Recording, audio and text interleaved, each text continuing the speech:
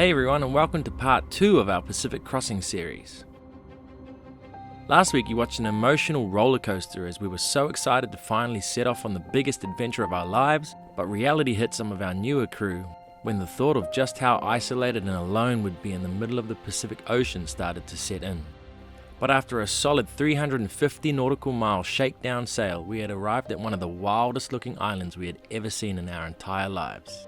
San Benedicto Island, which would be the last piece of land we were to see for another 2,500 miles. But stay tuned to see that it's not all smooth sailing out here. That sucks. So I'm Colin, and this is the crew of Parlay Revival. From hurricane damaged, to broken bulkheads, and getting struck by lightning not once but twice, to being the strongest and fastest Lagoon 450 on the planet. We are now ready to embark on a 3,000-mile journey across the Pacific Ocean to French Polynesia before continuing on with our circumnavigation. So subscribe to follow our journey around this beautiful planet. 20 years from now, you'll be more disappointed by the things you didn't do than by the things you did. So what are you waiting for?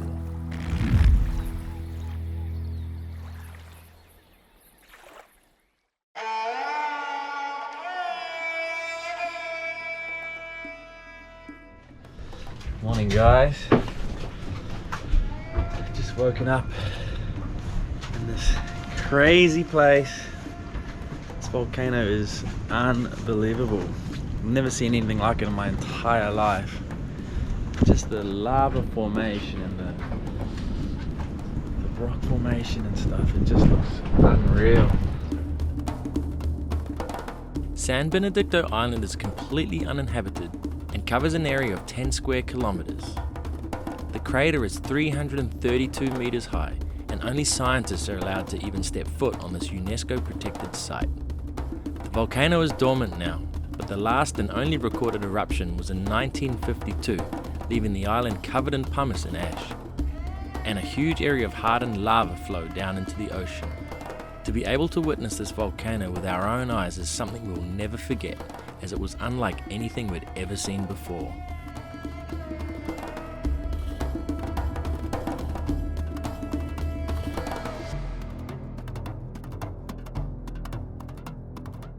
But it's pretty wild here. It would have been blowing 30 knots, 35 knots last night. This is wild. This is the middle of the Pacific Ocean. But anyway, yesterday I was up there on my own trying to tension the diamond shrouds. It's rolling! Jesus Christ! And it was just too difficult. It was too rolly, and I was hoping it was going to be calmer this morning, and it's not. So David Shee's going to come up there with me. Seems like the upper diamonds have stretched a little bit more than the lower diamonds. I've lost that nice bend in the mast at the top. It's just straight now. So I talked to Jonas from Selden, and he's saying put another 1.5 to 2 turns on the turnbuckles for the upper diamonds.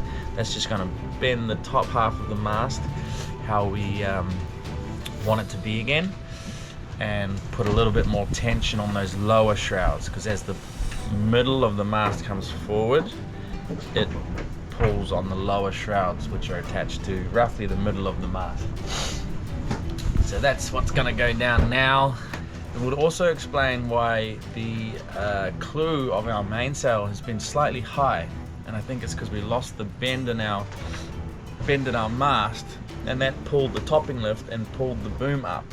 I was noticing that the boom wasn't really coming down as low. So there's an explanation for everything, and I think we've figured it out. What the? Do they make those in adults? I think this is an adult. Can't hear you or see you.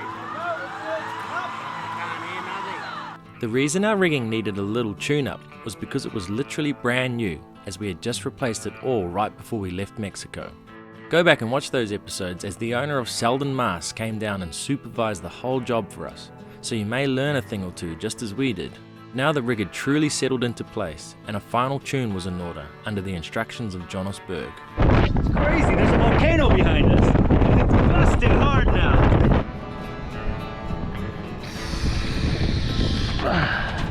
If you look up the track, Yeah. it's still bent that way. opposite. So let's go 1 and 1 again. Even with the rigging oil, the turnbuckles were so hard to tension with such small shifters, but in rolling seas I didn't really want to take up our big gear. But we were able to get the required number of turns, and we're Finally starting to get that bend in the mast that we've been looking for. We've done 2 full revolutions, and yeah, it's definitely bending aft. This is such an insane feeling looking at every bit of this mast, because we had it on the ground, 2 feet off of the ground, working on every single one of these connections, buckles. and with the mast tuned to perfection, we were lowered safely back down to ground level. It's crazy how tiring it is being up a mast in a rolling swell. The mast now has a beautiful bend in it towards the aft, and it's dead straight. So now we just take up on the lower shrouds just a tiny bit, because we loosened them so that we could get the bend in it. So we're ready to go.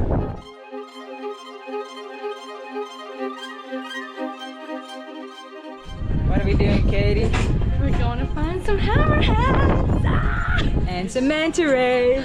Before picking up our anchor and heading out to sea for weeks on end, we couldn't miss the opportunity for a quick explore of what lay beneath us. San Benedicto is renowned for its big fish encounters, including giant Pacific manta rays, hammerheads, and even whale sharks. It has been nicknamed the Mexican Galapagos, and as soon as the girls jumped in, they saw 2 beautiful manta rays gliding through the water. They're literally 30 yards from the boat. And I could hear Britt say, manta ray, manta ray, manta ray. Wow. So we just saw 2 manta rays. You don't see the whole thing at first. You just see like white like underneath them. Wow. Yeah, the girls! Woo!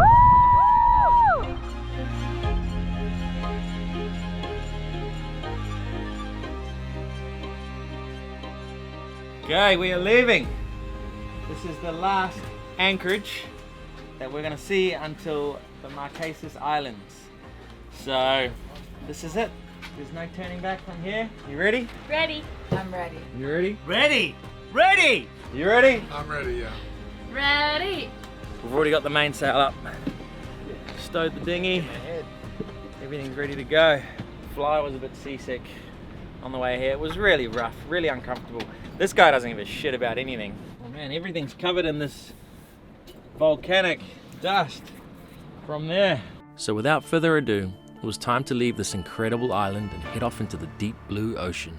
We had no idea how long we would be at sea for. That's up to Mother Nature, but I'm guessing probably 20 days from here. We were expecting to have a tough time crossing the Intercontinental Convergence Zone, also known as the Doldrums, as there can be a treacherous amount of squalls and a severe lack of wind in this area. So with a small amount of blind faith that Parlay and her crew would make it to the other side, we set sail off into the distance. Okay, so what I was saying earlier about it being this challenge of trying to stay in the wind, this is exactly what I mean here with predict wind. Where we want to cross the equator is down here, but it is telling me to go quite far west before we make our drop south, and that's just because we want to stay in the pressure zone where the trade winds are strongest.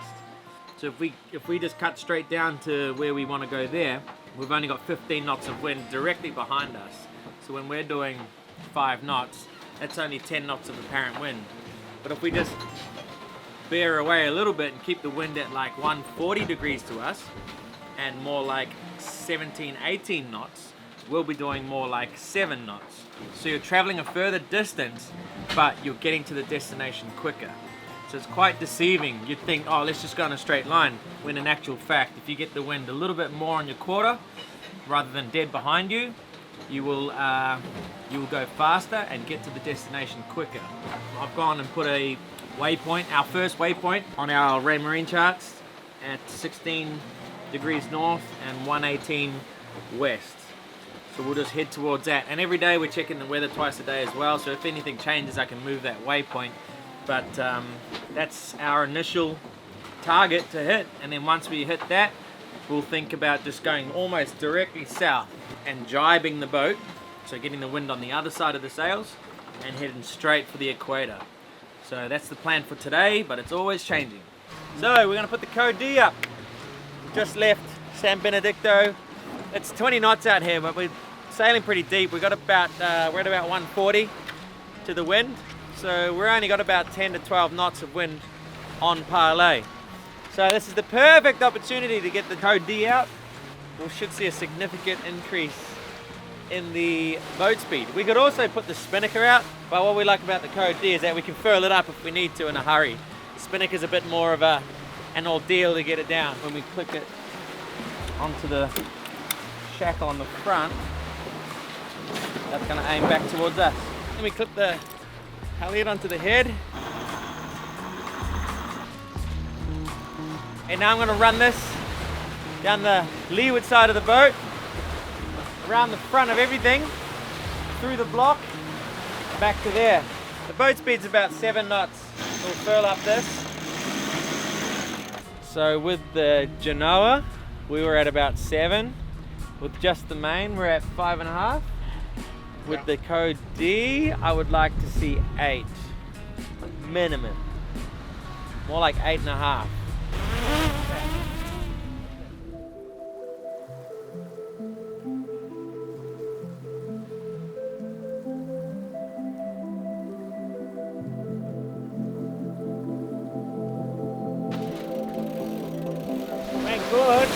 When undertaking a crossing of this magnitude, having a decent selection of sails can be the difference between several extra days at sea.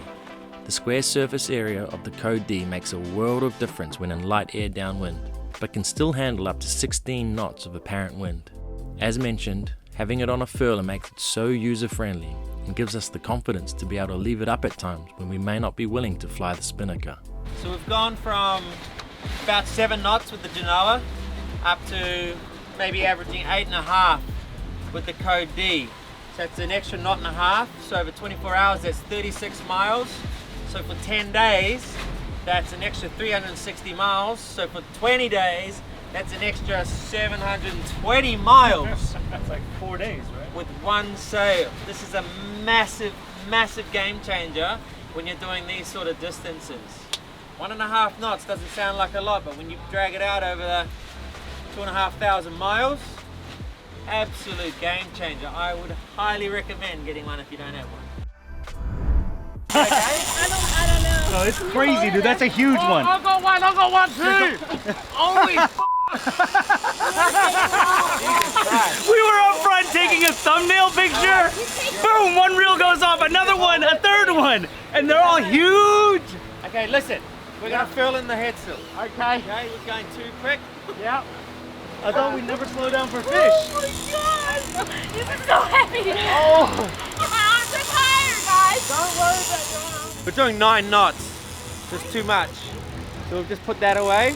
And we've just got the main and I've turned down to 140. Nice one. These look like a couple of big fish. Tuna!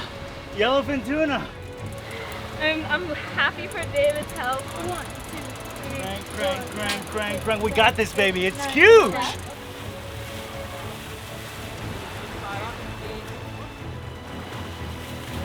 That. Yes! Yellowfin tuna! Woo! You beat Jamie! No, I think this one's not as big. Which is okay. Oh, 2 yellowfin tuna. It's like $1,000 worth of sushi. Sashimi. 1, 2, now! Woo! Well, on closer inspection, although they had yellow fins, they weren't the signature long fins that you see on yellowfins. So we suspect it was probably a big-eye tuna. But nonetheless, it was precious food to us for the next few days at least. We were only able to bring a limited amount of protein with us on this trip, so this was a welcome gift from the ocean, which would soon be turned into fresh sushi, sashimi, and fish tacos. Even though 8 crew will devour a lot of food, the majority of this fish would be put in the freezer and eaten over the next few days. If we happen to fill the freezer, we stop fishing until we're ready for some more. Look at what Jamie did to this beautiful tuna that we just caught. Has it gone up or is it good? That's good. Oh, okay. The soy sauce is not good. The soy sauce is not good? No. So we had finally been graced with the beautiful Pacific trade winds that we were looking forward to for so long. Heading off the coast of Mexico had been tough, but we had come far enough west to hit the prevailing winds, and it was champagne sailing. My rule on Parlay is that we're allowed 1 beer at sunset, and this becomes a special moment each day for the crew to enjoy together. And in these moments, it feels like there is absolutely nothing better on this planet than a cold beer in the middle of the ocean, away from the hustle and bustle of our previous lives. This particular day ended with a full moon for the evening, which is also just an amazing experience when the moon provides enough light to see a clear path ahead of us. So, just woke up from my watch and there's a flying fish inside. It's about 12 to 15 foot seas, which is kind of big, but they're just big, rolly Pacific swells. So the boat's just kind of surfing down one side and then rolling up the other, and it finally feels like we're out here doing it. So, it's midnight, and I don't know if you could see this, but it's pretty amazing. It's a full moon eclipse, and the moon's totally illuminating all the waves, so it's super pretty to watch. And it's been a pretty cruisy sail. This is the first night since pushing off from San Benedicto, and this finally feels like the Pacific Ocean I was imagining. Getting to San Benedicto was just an absolute nightmare, feeding into it the whole way. But like Britt said, it's amazing out here. If it stays like this for a couple of weeks, I'll be very happy. But I may have spoken too soon, and it's always incredible how quickly conditions can change out here. From our shift being smooth downwind sailing, Jamie's quickly turned against him.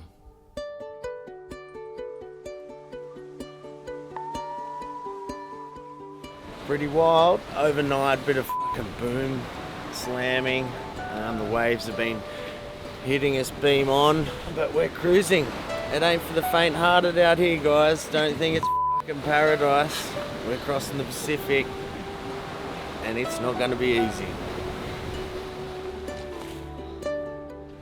Just done the weather check for the morning and updated our next waypoint. We're going to head slightly more south than we were going to. The wind looks like the trades have filled in even south of us, so we don't have to go so far west to stay in that wind zone. But we're almost dead downwind at the moment, and because it's a little bit rolly, the boom keeps slamming. So it'd be super nice if we could have the Janara out one side and the Jenica out the other, like wing on wing, and get rid of the main altogether. It's that boom slamming, you'll hear it in a second. That's really annoying. But I've read so many mixed opinions about it. The way that two head sails would put force on the mast is bad, but I've heard a lot of people just say they do it all the time anyway. Dallas were doing it for a lot of their crossing, but they're a monohull, so a different ball game. But we were just saying it's incredible. I just sent a message to Jonas, who's the owner of Selden Masts, and Thomas Gailey, who's the president of Lagoon Catamarans, and just how lucky we are that we have Starlink and the ability to consult people to get information. And it's just by an off chance that at the Miami Boat Show we met Bob, who's one of the owners of FMC GlobalSat, who are an internet provider, and hooked us up with this maritime service. It is unbelievable. It has not missed a beat. I still wanted to do a little more research before flying two head sails, so we decided to hoist the Spinnaker instead until I had heard back from a couple more experts. The theory behind it being an issue is that when the main is up, there is a nice forward force on the lower and cap shrouds holding the mast in place. Without the main up, there is actually a backwards force in the middle of the mast, and the only thing stopping the mast from buckling are the diamond shrouds, hence it being a concern.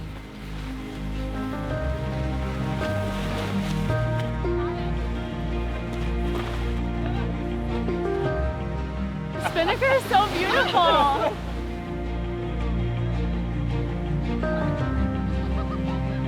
Look how sick that sail looks. Pilot revival, baby. It's my favorite, but it's also the sketchiest. We've got no furler on it or anything. If you want it down, you've got to douse it down. So we probably won't run this at night. But yeah, we're doing 9.5, 10 knots. So good. 10 knots, baby! 11 knots! 11 knots! 11. 11.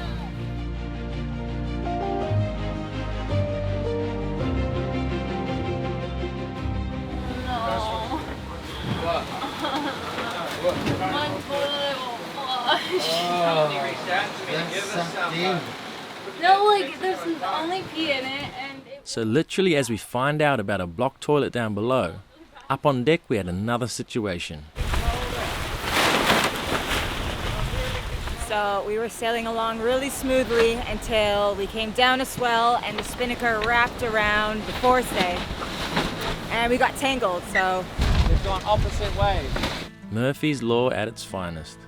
This happens when the Spinnaker is blanketed by the mainsail, so loses wind temporarily. You are literally stuck in this situation, and worst case scenario, someone actually has to climb the rig, which can be horrifying in seas like this. So luckily Dave came up with a bright idea to detach the jib sheets and use the furler to unwrap the Spinnaker. Yeah, baby! That's it. we're back on track now. A little bit of excitement for the day. Holy shit, we're doing 15 knots! What? 16 knots! 16! Oh, shit! So we not only had the wind behind us, but also the waves and current, so we were absolutely flying along, for a lagoon anyway. I'm gonna get rid of the Spinnaker now. We're seeing 16, 17 knots of apparent wind, which means it's, you know, almost 30 knots out here. So, probably shouldn't tear the Spinnaker the first day we use it on this trip. But yeah, Jamie's gonna try douse it. I'm gonna let the guy line go. We were doing 16 knots at one point, surfing down one of the waves. It's insane. I'll drop the guy line and Jamie will probably get dragged off the deck. That wasn't worth filming, it was too smooth. it's not over yet. Way too smooth, that one.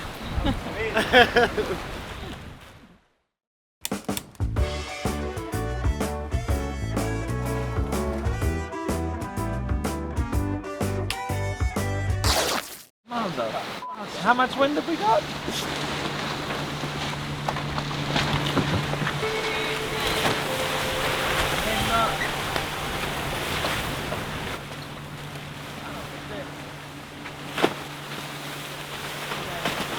Vince, can you release this?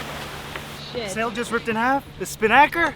Did I seriously just jinx us again for yesterday's comment? Probably shouldn't tear the Spinnaker the first day we use it on this trip. There was only 10 knots of wind, and our Spinnaker was torn all the way across horizontally and hanging on by a thread. Okay, let's put it in the bag. That sucks. Good work, everyone. Crisis averted.